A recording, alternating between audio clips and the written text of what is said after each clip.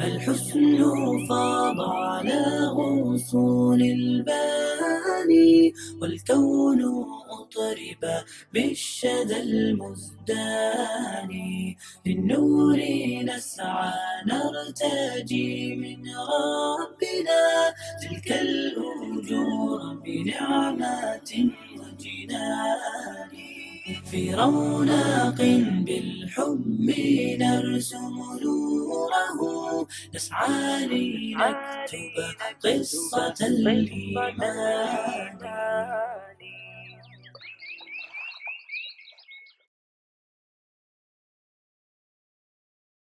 Assalamu alaikum et bonjour, bienvenue dans l'émission Allah m'a guidé. Cette fois nous sommes en Suisse et précisément à Lausanne où le frère Abdelhamid Gonin s'y était converti il y a une dizaine d'années. Abdelhamid Gonin était un chrétien très pratiquant et c'est justement en lisant la Bible sous différentes traductions, en la comparant avec le Coran, que finalement il a trouvé en l'islam la vérité qu'il cherchait. Il nous partage son témoignage qu'on écoute ensemble. Bismillahirrahmanirrahim. Au nom de Dieu, le tout clément, le tout miséricordieux. Je suis né en l'année 1947 au sein d'une famille très connue du canton de Vaud, la famille Gonin. Et j'ai reçu une éducation chrétienne et je suis né donc dans ce pays chrétien. C'était donc il y a 60 ans environ. Et je me rendais tous les dimanches à la cathédrale de Lausanne avec ma tante pour le culte à 10 heures. Vous voyez, je me souviens de tous ces détails. Et à l'âge de 18 ans, j'ai eu une question que je me suis posée en lisant la Bible dans le livre du Deutéronome au chapitre 18, où Dieu annonce à Moïse la venue d'un prophète semblable à lui pour les fils d'Israël. Et dans l'Acte des Apôtres, au chapitre 3 et au verset 27, celui qui a écrit cet Acte des Apôtres nous dit que ce prophète qui est annoncé à Moïse, semblable à lui, est Jésus. Or, je me souviens à l'époque, cette question m'avait interpellé et j'avais demandé à ma tante, mais c'est étrange car Jésus n'est jamais un prophète comme Moïse. Et ma tante m'a répondu, je ne peux pas te répondre, il faut demander cela aux théologiens. Or, quand dans l'évangile de Jean au chapitre 14 et au verset 13, on fait dire ces paroles à Jésus, qui est devant une foule, qui ressuscite les morts, qui fait voir les aveugles, qui fait marcher les paralytiques, et Jésus aurait dit ces paroles qu'il n'a jamais dit. En vérité, je vous le déclare, celui qui croira en moi fera les mêmes œuvres que moi je fais et des œuvres plus grandes que moi, car je m'en vais au Père. Et bien sûr, personne sur cette terre, que ce soit le pape ou de n'importe quelle secte qu'il appartient, quel que soit son rang, peut faire ce que Jésus a fait. Comment pourrait faire-t-il des choses plus grandes que lui? Et dans ce même évangile de Jean, Jésus va au cimetière et il va ressusciter Lazare. Et qu'est-ce que le texte nous dit en grec, qui n'est pas le texte en langue originale? Jésus dit « Ô Père, ressuscite-le ». Dieu s'adresse à Dieu. Ce n'est même pas lui qui le fait. S'il était Dieu, il aurait pu le faire. Mais il s'adresse à Dieu « Ô Père, ressuscite-le » afin qu'il croie que tu m'as envoyé. Donc le miracle est là pour prouver que Jésus était véridique, ce que dit d'ailleurs le Coran. Dans le Coran, c'est Al-Samiri qui a fabriqué le veau d'or. Dans la Bible, c'est le prophète Aaron. Or, les prophètes dans l'islam ont été immunisés par Dieu, c'est-à-dire que Dieu les a choisis. Pourquoi? Parce qu'ils étaient des exemples à suivre et Dieu les a protégés de commettre des grands péchés et ils ne pouvaient pas aussi mentir dans le message qu'ils avaient à transmettre de la part de Dieu. D'accord?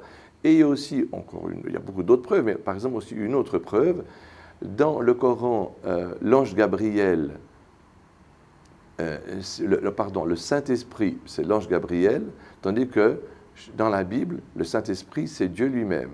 Donc je ne peux pas croire que les deux sont justes. Je suis obligé de croire ou bien le Saint-Esprit est Dieu, ou bien il n'est pas Dieu, il est l'ange Gabriel, ou bien c'est Aaron, le frère de Moïse, qui a fabriqué le veau d'or, ou bien c'est Al-Samiri. Vous voyez? Donc il y a beaucoup d'autres exemples, et j'ai donné 2 exemples qui sont absolus. C'est donc la connaissance profonde du Coran et de la Bible par laquelle Dieu m'a amené à cette croyance qui ne comporte pas de doute. Ça, je peux dire que c'est la colonne vertébrale de mon expérience. Quand j'ai effectué ce premier pèlerinage, je m'étais rendu à Médine pour prier dans la mosquée du prophète Mohammed, paix et bénédiction soit sur lui, et pour aller le saluer là où il est enterré, donc dans son tombeau qui se trouve maintenant à l'intérieur de la mosquée.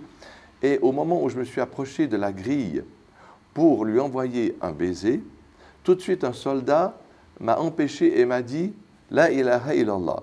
Il n'y a pas d'autre Dieu que Dieu, c'est lui seul que tu dois adorer. Or, moi, je ne voulais pas faire une demande au prophète, n'est-ce pas? Je n'avais pas l'intention de lui demander quelque chose, bien sûr, mais ça m'a plu. Ça m'a plu parce que j'avais l'habitude d'aller à l'église, par exemple catholique, dans ma 2e phase du christianisme, où je priais évidemment Dieu, je demandais aussi à Jésus, je demandais aussi à Marie, n'est-ce pas? Donc, de m'avoir rappelé ce commandement de n'adorer que Dieu, de n'invoquer que lui, ça m'a en fin de compte beaucoup plu. D'ailleurs, j'avais un ami marocain qui s'appelait Jawad, qui à l'époque où j'allais à l'église catholique chaque jour, il m'avait dit « Mais écoute Richard, est-ce que tu penses que Jésus a fait une statue de sa mère et qu'il a prié sa mère? Est-ce que tu penses qu'il a fait une statue de lui et que Marie priait son fils? Non, ils ont prié Dieu. Donc ça, ce sont les hommes qui ont changé son message. Et en fin de compte, j'ai réfléchi à ça et il avait tout à fait raison. Et j'en avais parlé à l'époque à l'abbé Yanguas, qui était un Espagnol qui officiait à la paroisse du Valentin. Et il m'avait dit, mon fils, attention, tu ne peux pas aller directement à Dieu. Tu dois passer par Jésus et Marie, car tu as fait trop de péchés. Et j'avais continué encore pendant 1 année et 2 ans à fréquenter l'église catholique jusqu'à ce que Dieu m'a éclairé dans son livre, le Coran, de la vérité. قد حاز من دنياه حفظا للكتاب والثوم دامع فرحكم يا فخركم أنتم شعاع الشمس إن حل الغياب ها قد تنام حلمكم من مثلكم قد حاز من دنياه حفظا للكتاب والثوم دامع فرحكم يا فخركم أنتم شعاع الشمس إن حل الغياب فلتخبروا من بعدكم من زاركم أن العطايا حفظ أين واكتساب فمبارك طبتم وطاب غراسكم ودعتم خير المراتع باحتساب فلتخبروا من بعدكم. La famille Gonin est originaire de la France. Ils sont venus sous le règne de Louis XIV. Cela fait environ entre 400 et 500 ans, lorsque le roi Louis XIV, sous l'influence de Marie, de maintenant sa maîtresse, a persécuté les protestants. Donc ce sont les catholiques qui ont persécuté les protestants et c'est à cette époque que les Gonins ont émigré en Suisse. D'ailleurs, cette famille très connue a un illustre ancêtre qui s'appelle Jules Gonin, qui a découvert le décollement de la rétine. Et je me souviens, à l'époque, j'ai travaillé dans une agence qui était près de Chaudron. Et comme mon employeur m'interdisait de faire la prière sur mon lieu de travail, je me rendais pendant la pause au parc de Montbenon, juste derrière le casino. Et là, vous avez justement la rue Jules Gonin. Et je me disais qu'ici, au moins, on me laisserait tranquillement faire ma prière, ce qui d'ailleurs a été le cas. Après quelques années que j'étais donc dans l'islam, à peu près après 8 années, j'étais très fier et très heureux d'être devenu musulman. Donc c'était pour moi important d'ajouter mon nouveau prénom dans le passeport. Et pour cela, il fallait que je fournisse des preuves, c'est-à-dire que d'abord mon certificat de conversion, ensuite que je recevais les lettres personnelles avec ce nom. Et alors j'étais le premier ici dans le canton de Vaud à entreprendre cette démarche. Et je me souviens qu'à l'époque, ça me paraissait très difficile, alors que maintenant, ça me semble tout à fait naturel, n'est-ce pas? À l'époque, lorsque je suis parti à la cité pour faire ce changement, intérieurement, je me disais, mais tu renies ton pays, tu renies ta famille, tu renies ta culture, tu prends un nom arabe.